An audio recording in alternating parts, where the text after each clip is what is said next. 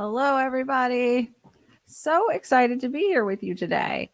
Today, we're going to talk about the importance of taking consistent action when we're looking to change any aspect of our life. And also, I will give you 5 ways that can help you take consistent action. So, hopefully, this will be helpful to each of you.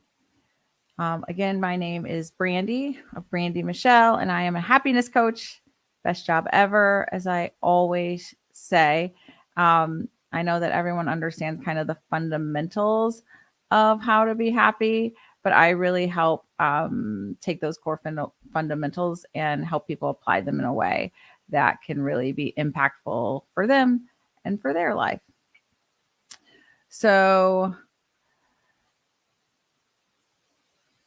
what I have found is that when you cultivate true happiness, that which you're seeking comes to you much more easy. So it's like this beautiful unintended consequence of happiness, and it really is such a gift. I hope everyone had a wonderful weekend. I had a pretty full weekend where we got to watch a couple of Warriors games, one that we went to on Friday, one that we watched yesterday. And luckily they moved through and are on to the second round. Birthday party with my little guy, a play date with him. And so it was really a fun weekend. And then I worked on some of this content that we're going to share this week with all of you. So really looking forward to that. One aspect of the content that I wanted to share was just today we released a journal entry, and it's called Shame. It's about shame, how it shows up in our lives, how we should think about it, both personally and how I believe we should think about it as a society. And so if you aren't on our email list, I would love for you guys to join us, and maybe we can also actually just go to the website, which is www.brandymichelle.com. If you go to our website, you can totally sign up to receive those on the 1st and 15th. And they're pretty insightful. And also, I'm always open for you guys to tell me like topics that you are thinking about, maybe even struggling with, that you'd love for me to talk a little bit about. So please go to our website and sign up to be on our list to receive our journal entries. The other thing that I just wanted to share is that if throughout this conversation you have any questions or comments, or if you're listening to this on the replay, feel free to just put those questions or comments right here, and we will answer them kind of in real time today, or we will come back and answer those things for you a bit later. Okay, so as I said, as we launched, I am a happiness coach, and today we're talking about consistent action. And I will give you 5 things that you can do to really improve your ability to take consistent action, because it is through consistent action that we actually change our lives, right? So I've seen many people who want to make changes in their lives, but they often struggle with it, and they come to me and they're like, why am I not changing, right? Like, so they're like, I changed my beliefs. I have a depth of understanding of kind of what the pattern was in my life and why it was showing up, and still it's there. And usually the singular thing that we need to do is to take action. And the reason I know this is because there was this one time where I'd done like all of this work. I'd done kind of subconscious capacity building with myself. I'd had other people hold space for me. I'd done work, kind of body work, and I just wasn't getting a change. And I emailed like my personal guru, and I was like, hey, like, don't understand what's going on. I've done a lot of work on this. I feel like I've resolved it, and it's still the same. It's still showing up in my life. And he literally said, what actions have you taken to change this? And it was like such a light bulb moment. And that was, many, many, many years ago, but I have never forgotten that. I've never forgotten that, we can think we've done like all of this work and changing of our perspective and insight, but until we take action, we're not going to really see a shift. So that's why consistent action is so important. And I always like throw in consistent because we sometimes start off really strong and we are really committed to kind of evolution and change. And then there will be times where we lose momentum or we'll kind of relapse back to the old habits that created our old previous reality. And so, what they say, everybody wants to be different. Everybody wants to heal, but very few people want to change. And it's the action that creates change. And it's the change that allows us to really show up in the world as a different person. So let's talk about the 5 things you can do to ensure that you have consistent action in your life. And what I want to note is that what I think the beauty of working with me is that I really take concepts that sometimes people try to like really complicate, and I make them as simple as possible, and I make them so that you can apply them to your life. And so my job as a happiness coach is really to hold up a mirror and say, like, these are all things that you know to do, but you haven't been doing them. And so what is it? What is the reason why you haven't been doing them? Right. And so that's kind of where the work comes, because there is something that's preventing you. Right. So when people come, and I am not a weight loss coach, but this is just like a very straightforward example. People come and say, I know I could lose weight if I ate better and exercise. Well, yes, everybody knows that. And so the question isn't like, what can you do to eat better and exercise? The question is, what is creating a pattern in your life that's causing you not to exercise and eat better? Like, there is something that has most likely happened to you that is creating that. Okay. And so the gift of having a coach or having someone who's holding space for you in this beautiful way is they help hold up a mirror so that you can more clearly see the thing that is precluding you from being the improved version of yourself, the aligning with the highest version of yourself, right? Which is available for all of us. Okay. So here are a couple of things that you can do to set consistent action. Like, once you have clarity on the why, here is what you need to do to really evolve. So one is like to set really clear goals, right? So you have this understanding of like why something is showing in your life and what you can do to shift that thing. But then you need to have like very good clarity on what the goal is. And so, for example, if you are like, hey, I don't prioritize myself over other people. My new goal is to demonstrate to myself so that my conscious brain sees the reality that my subconscious has just revealed to me. I'm going to take time over the next month to ensure that I only agree to do things that I really want to do from the depths of my soul. And that, for the example that we started with around weight loss, will demonstrate for me, for the universe, it will help me change this belief around kind of who I'm hierarching, and I will now prioritize me and my needs. And so that's a very clear goal, right? I will, over the next month, do X, right? And so when you have clarity over kind of like this finite time period, right? And we don't want to make it like such a heavy lift, right? Like, so you can't say for the rest of my life, I will never choose anyone over me, right? Because what if you have a kid and there's something that you don't really want to do and you don't have to do, or right, you have a best friend and sometimes we need to like, make negotiations around how we're going to spend our time. So there will be times where like you may have to do something that isn't absolutely the thing you want to do. But if you pick this finite period of time, there's like clarity. The goal is specific. You can measure it, you can track it. And those are all things that will reinforce this new pattern for your life, right? So you want to have clear goals. And then you want to create a plan for how you're going to get to that goal, right? So you, again, have an understanding. It's not just that I eat poorly. it's not just that I don't work out, it's that I'm not prioritizing me and myself over others, right? So that's what you have been able to uncover through the work. So now you have a goal of how you're going to do that. And then you have a plan, right?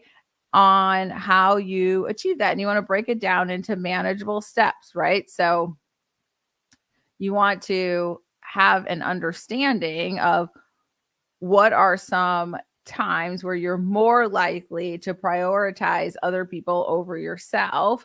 And you want to say, okay, usually in meetings, I will not, stipulate that we've probably like run over and I won't protect my time, right? Like I've agreed to meet for 30 minutes and people are just kind of running over and I'm not protecting my time, even though I have something else planned. So say this week for all of my meetings, I will absolutely stop them right at 30 minutes. Or usually on the weekends, I have a preference for where we go to dinner or what we have for dinner. And usually I just defer to the other person that I'm eating with. So for this next weekend, I'm going to make sure, right? So then you just have like really good clarity. Like, so the first thing is the goal is that you're going to choose yourself. And the plan is like more manageable. What are some specific steps that I'm going to take? When do these things show up for me?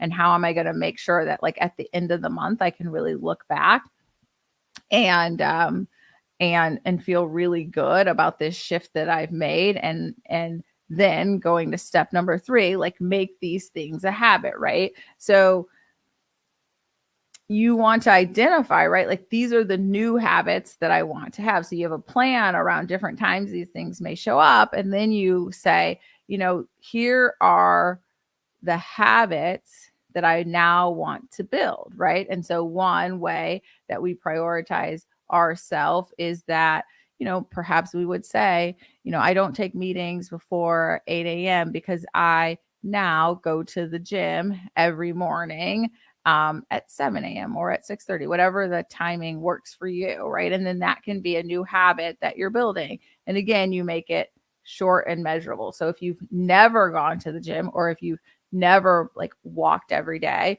this would be something that you want to do pretty consistently for a short amount of time, right? Because like really you want your brain to believe that your goals are achievable, right? And so that's why we like fall out of being consistent, is because we have these kind of like, for the rest of my life, I'm never going to do such and such and such. Okay. So that's number 3. And then number 4 is really about finding an accountability partner, right? So you have like, understand what the underlying challenge is, what is limiting you from reaching your goal. It's never as simple as what it seems, right? And then like you don't spend a lot of money because you don't have a budget. Like you overspend because perhaps when you were little, like you never felt like you had enough. And now you want to, demonstrate, you're always trying to prove that you can have what you want in the world, right? Like there's always this underlying thing, right? So it is the answer behind the obvious answer that's actually driving your behaviors. It's not as straightforward as we try to make it seem in society, right? So we understand what is that true marker of why this pattern is showing up. 2, we set the clear goal. 3, we create a plan. 4, we build habits. And then sorry, I got the numbers mixed up, but you guys are staying with me. And then number 4, right? Because at the very top is the understanding. The number 4 is really this idea of having an accountability partner, right? So now you have kind of clarity around the goal, the plan, and what habits you're looking to build. And you want to really like reach out to someone and say, this is what I am doing for me. This is how I'm showing up for myself. And I'd love for you to perhaps do it with me. And if it's not something that they're personally working on, I'd love for you to like do a check-in with me to hold me accountable, right? So the upside of this is like, if you have a coach, like someone like me, I can help hold you accountable. If you don't have a coach, you really just a friend, a family member, they can really help you. And then most importantly, number 5 is this beautiful idea about celebrating, right? And we celebrate because our brain kind of remembers 2 things in life. They remember things that evoke really, really happy emotions and things that evoke really, really sad emotions. And so when we have had a life where kind of these really dense emotions show up often, right? Like shame, fear, anger, worry, angst. When those show up a lot for us, then we're going to have a lot of memories that are associated with those dense emotions. And that's going to be what's driving our patterns. By now intentionally having these high vibration emotions that come from celebration, then we can create these new beautiful neural pathways that actually allow us to then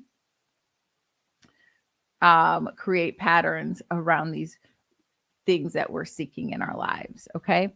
So one way that we can ensure that we are moving down this path of consistent action is by following these 5 steps. There's, of course, other ways that I'd love to hear from you. If you guys have other things that you've done to help you like move to this place of really beautiful, consistent action, please share it with me. Now, again, it may not be easy, but it will for sure be worth it.